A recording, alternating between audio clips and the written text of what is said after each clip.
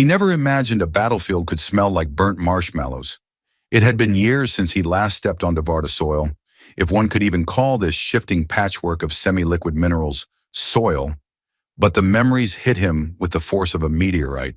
He'd nearly slipped twice on a loose patch of shimmering ore that looked like the universe's worst disco ball.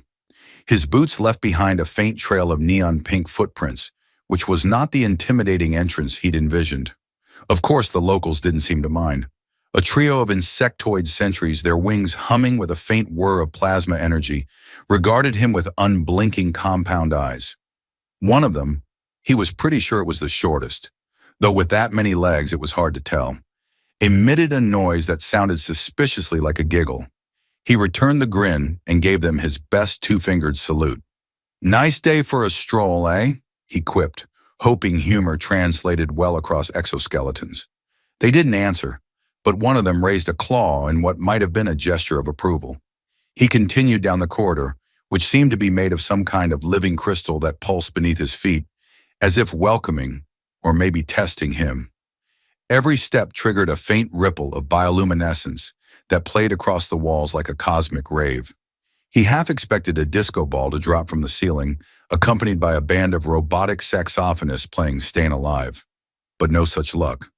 She was waiting for him at the end of the hall, no longer the trembling child clutching a broken talisman, but a queen whose very presence could silence the chatter of even the most seasoned politicians. She stood tall, her crown woven from filaments of solar energy, giving her an almost ethereal glow. And yet, despite the regal aura, she was grinning, no, smirking, like she was about to tell him the punchline to the universe's worst joke. "Took you long enough," she said, her voice rich with the kind of laughter that made his chest ache. "Sorry," he replied, scratching the back of his neck. "I took a wrong turn at the giant caterpillar that tried to sell me cosmic insurance." Her eyes lit up, and she threw her head back with a laugh that echoed in the living walls. "You always did have a way of finding trouble," she said, stepping closer. "Some things never change." He fought to keep his grin from splitting his face in half. "Neither do some queens, apparently." "Oh, I've changed plenty," she replied, her voice dipping into a tone that could have frozen the heart of a black hole. "But you—" She reached out, touching his cheek with a warmth that belied the chill in the air. "You're exactly as I remember." A hush settled between them, and he felt the years melt away, the chaos, the fighting, the loss. Here they were again, in a place where reality itself seemed to warp at the edges, sharing a moment that felt as fragile as the crystal beneath their feet. "So," he said, forcing a lightness into his tone, "what's a queen like you doing in a place like this?" Her laughter, warm and bright, lit the corridor like a supernova. "Waiting for a hero, of course." The corridors of the Varda Palace had apparently been designed by a committee that couldn't decide if they were building a royal residence or a funhouse maze. Halls twisted in directions that defied geometry, sometimes looping back on themselves or leading to dead ends, marked by holographic warning signs that blinked in 6 languages. He tried not to look too lost as she led him through a shortcut that required passing through a wall of shimmering plasma, like walking through a giant cosmic sneeze. He emerged on the other side, hair standing on end, and a whiff of ozone tickling his nose. She turned, her expression a curious blend of mischief and apology. "Sorry about the hair," she said, fighting a smile. "I always forget humans can't handle a good plasma cleanse." He patted his hair down with as much dignity as he could muster. "No problem. I was due for a new look anyway. Maybe the startled porcupine is in this season." She snorted, the sound unbefitting a queen, but utterly charming. "You always did know how to make me laugh at the worst possible moments." "Hey, it's a talent," he replied, spreading his arms like a showman. "Not everyone can diffuse an interstellar crisis with a bad haircut." She shook her head, her eyes dancing. "That's exactly why I asked for you." They passed a row of guards whose uniforms resembled armored origami. One of them gave a low whistle, the universal sign for someone's in trouble, but she waved him off with a flick of her fingers. He shot the guard a wink, which earned him a suspicious glare. "Everyone here knows me as the serious queen," she said, voice dropping to a conspiratorial whisper. "It's exhausting. I have to maintain at least 3 dignified facial expressions a day. Anything less, and the council starts drafting new decrees. Tragic, he said solemnly. Should I write a strongly worded letter to the council on your behalf? She laughed again, the sound bouncing off the crystalline walls in a ripple of music. No, I need you for something more important than letter writing. He raised an eyebrow. More important than letter writing? That's a tall order. She stopped in front of a door that looked like it had been carved out of a collapsed star, dark, glossy, and humming with residual energy. What I need, she said, her tone suddenly serious, is help. He blinked. You, the unstoppable Queen of Varda, need help? Did you lose your crown in the royal laundry again? She rolled her eyes. Number something worse. She reached out and pressed a glowing glyph on the door. It dissolved in a ripple of stardust, revealing a room that looked suspiciously like a war room, except the war maps had been replaced by a collection of robotic dolls engaged in a tea party. He stared. Okay, I'm officially confused. She sighed, exasperated and amused all at once. Ignore the tea party. That's just my advisor's idea of humor. Look, there's a group in the outer rings that doesn't accept my rule. They're planning something big, something that could destroy everything we've built here. He stepped into the room, carefully avoiding a doll that looked like it might bite. And you want me to, what? Serve them tea? She punched his arm lightly. I want you to help me stop them. You saved me once, remember? Now it's my turn to ask for your help. He grinned. Well, if it involves cosmic tea parties and plasma doors, how can I refuse? She led him through a labyrinth of corridors that seemed to fold into themselves like an origami puzzle, designed by a caffeine-addled mathematician. Every turn revealed another slice of Varda's eccentric genius. A hallway that sang in three-part harmony whenever someone walked through, a staircase that inverted gravity at the top step, and a door that politely apologized for existing every time it opened. He tried to keep up, though his sense of direction had long since surrendered to the laws of quantum confusion. Did you ever consider installing signs? He asked, ducking beneath a floating jellyfish-shaped chandelier that blinked in Morse code. She shot him a grin that could have powered a small moon. I did. The council voted them down. Something about eroding the mystique of the palace? Ah, politics. The universal language of nonsense. He waggled his eyebrows for emphasis. She laughed, a sound that felt like a promise of simpler days. You'd be surprised how often nonsense wins the day. They arrived at a chamber guarded by two warriors whose armor looked like it had been built from spare parts of an extinct starship, humming with half-remembered energy signatures that threatened to give him a migraine. One of them, who had three eyes stacked vertically, regarded him with the solemnity of a judge at a cosmic karaoke contest. She waved them aside with a flick of her wrist. He's with me. The guard hesitated, then nodded, stepping aside with a flourish that would have impressed even the most theatrical stage manager. Inside, the room was alive with a dozen species, all talking at once. Some in clicks, some in whistles, and at least one in what sounded like interpretive dance. Holograms floated overhead, displaying everything from ship schematics to what appeared to be a recipe for antimatter scones. Welcome to the planning room, she said with mock grandeur, also known as the place where logic goes to die. He surveyed the chaos, eyes wide. Are we planning a rescue mission or a circus performance? Both, she said, utterly serious. A small, beetle-shaped creature scuttled over, wearing a tiny hat that read, Security. It regarded him with an air of profound suspicion, then squeaked, Identification, please. He bent down, trying not to laugh. Do you accept IOUs and charming smiles? The beetle blinked, its antennae twitching. Insufficient credentials, it declared, then scampered off to interrogate a suspicious-looking coffee pot. She cleared her throat, her expression both amused and resigned. As you can see, we're working with the best minds Varda has to offer. He chuckled, eyes twinkling.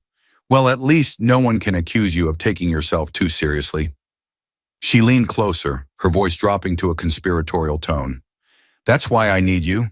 These people are brilliant, but they couldn't organize a picnic without starting a small civil war.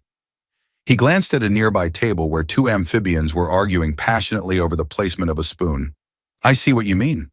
Your job, she continued, ignoring the amphibians, is to keep us on track Ask the right questions and make bad jokes when things get tense, he offered. She grinned. Exactly. He squared his shoulders and tried to look heroic. Then consider me your official royal jester of crisis management. She gave him a look that was half affection, half exasperation. If this works, I'll make you a crown of your own. Maybe one that sings. He groaned. Please, no, I'd never live that down. Too late, she said with a wink. Now let's get to work. He found himself in the middle of a planning session that felt more like a cosmic stand-up routine than a strategy meeting. A holographic map of the outer rings flickered in and out of existence above the table, each time accompanied by a musical chime that sounded suspiciously like an off-key accordion. One of the amphibian delegates waved a webbed hand. We must strike at the rebel stronghold during the 7th cycle of the twin moons. That is when their shields are weakest. A furry creature with eyes like plasma orbs interjected, voice dripping with sarcasm. Or we could just bake them a giant antimatter pie. They'd never expect that. He stifled a laugh and leaned closer to her. Are these the same strategists who planned the Great Spoon Uprising? She sighed, a sound that somehow managed to be both regal and exasperated. Don't remind me. We're still dealing with the diplomatic fallout. A small drone zipped past his head, projecting a chart that claimed to predict the rebels' next move based on tea leaf analysis. He squinted at it. Is that astrology? The drone beeped in affirmation before colliding with a ceiling panel and disappearing in a shower of sparks. She pinched the bridge of her nose. Focus, people. We're trying to stop a potential catastrophe, not plan a cosmic potluck. He couldn't help himself. A cosmic potluck actually sounds kind of fun. Not helping, she muttered, but he saw the corner of her mouth twitch. They moved to a side room, away from the chaos. The walls glowed with a soft bioluminescence that reacted to their presence, pulsing in time with their breathing like some giant benevolent lung. He tried to act nonchalant, but the room felt like it was listening. She faced him, eyes serious now. I've received intelligence that the rebels have acquired a prototype nullifier. If they activate it in the capital, it could erase the entire city from existence. He let out a low whistle. So basically a cosmic eraser. Great. I suppose a strongly worded letter is out of the question? She shook her head, eyes glinting with equal parts worry and determination. I need you to infiltrate their ranks, find out where they're keeping it, and if possible, destroy it. He raised an eyebrow. You want me to go undercover? In a rebel cell that wants to erase the capital? Her lips quirked. Well, when you say it like that, it sounds a bit reckless. He crossed his arms, feigning a deep sigh. Look, if you'd told me there would be cosmic erasers, I'd have worn my invincibility pants. She burst out laughing. Your what? My invincibility pants. Everyone knows they deflect at least 73% of cosmic nonsense. She leaned against the wall, still giggling. If only it were that easy. He reached out and squeezed her hand. Hey, I might not have invincibility pants, but I do have a knack for surviving bad odds. She took a deep breath, her smile fading to something softer. I know. That's why I trust you. He grinned, all swagger and charm. Well then, Your Highness, consider me your official cosmic nonsense deflector. She gave him a playful shove. Just come back in one piece, okay? He saluted. 1 piece, 2 pieces. Either way, I'll try to bring back something interesting. As he turned to leave, she called after him, her voice threading through the bioluminescent glow like a lifeline. Just promise me you'll remember. Sometimes the best way to fight darkness is with a little laughter. He glanced back, his smile bright in the shifting light. That's my specialty. He stepped into the rebel compound disguised as a traveling merchant, complete with a tattered cloak and a crate of suspiciously non-lethal fireworks that occasionally exploded with confetti. The rebels, true to form, didn't question the confetti. One even asked for a demonstration. He obliged, triggering a small shower of sparkles that left them clapping like children at a birthday party. Their leader, a wiry figure with more facial tattoos than sense, eyed him with a mixture of suspicion and boredom.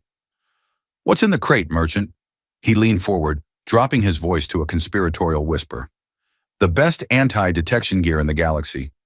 guaranteed to make you invisible to any authority figure with an overinflated sense of self-importance. The leader grunted, unimpressed. We have no time for your wares. Ah, but perhaps you have time for a demonstration, he suggested, pressing a button that unleashed a cloud of neon pink smoke, leaving him coughing and the rebels momentarily blind. He used the distraction to slip through a side corridor, relying on a stolen map, and a small robotic beetle named Fred that hummed instructions in a language he mostly understood, to navigate the labyrinth. Fred chirped at every intersection like an overenthusiastic tour guide. He found the prototype nullifier humming on a pedestal that looked like it had been borrowed from a second-rate sci-fi film set. The device itself resembled a disco ball crossed with a death ray, complete with ominous, blinking lights. He considered his options, all of which involved either pressing buttons he didn't understand or making a heroic speech that would inevitably end in disaster. So he opted for the time-honored human tradition of improvising. "Fred," he whispered, "any chance you know how to deactivate this thing?" Fred blinked twice. "Probability of success, 7%. "Good enough for me," he muttered and slammed the nearest button. The device sparked, hissed, and produced a holographic duck that quacked in binary. He stared. "Well, that's a new one." Fred beeped. "Device destabilized. Recommend immediate evacuation." He grabbed Fred and sprinted back to the main chamber, just in time to see the leader and his crew looking around in confusion. "What's going on?" the leader barked. He grinned, hair singed and eyes bright. "Oh, nothing much. Just thought I'd add a little color to your revolution." Behind him, the nullifier fizzled out in a puff of harmless glitter. The leader gaped. "You—" He didn't wait to hear the rest. He bolted for the exit, laughter bubbling in his chest. Fred squeaked in triumph. Outside, she was waiting, her face half worry, half hope. "Did you?" He held up Fred like a trophy. "Mission accomplished. The disco ball of doom is now a disco ball of glitter. You can thank me later." She laughed, the sound like sunshine after a long eclipse. "I should have known you'd make a mess of it." He shrugged, grinning. "Hey, Chaos is my middle name." Her expression softened, eyes glistening with relief. "You did it. You actually did it." He felt something shift inside him, a warmth he hadn't expected. "Yeah, I guess I did." They stood there, the universe humming with possibilities, and he realized he'd changed. He wasn't just a soldier who'd saved a frightened child.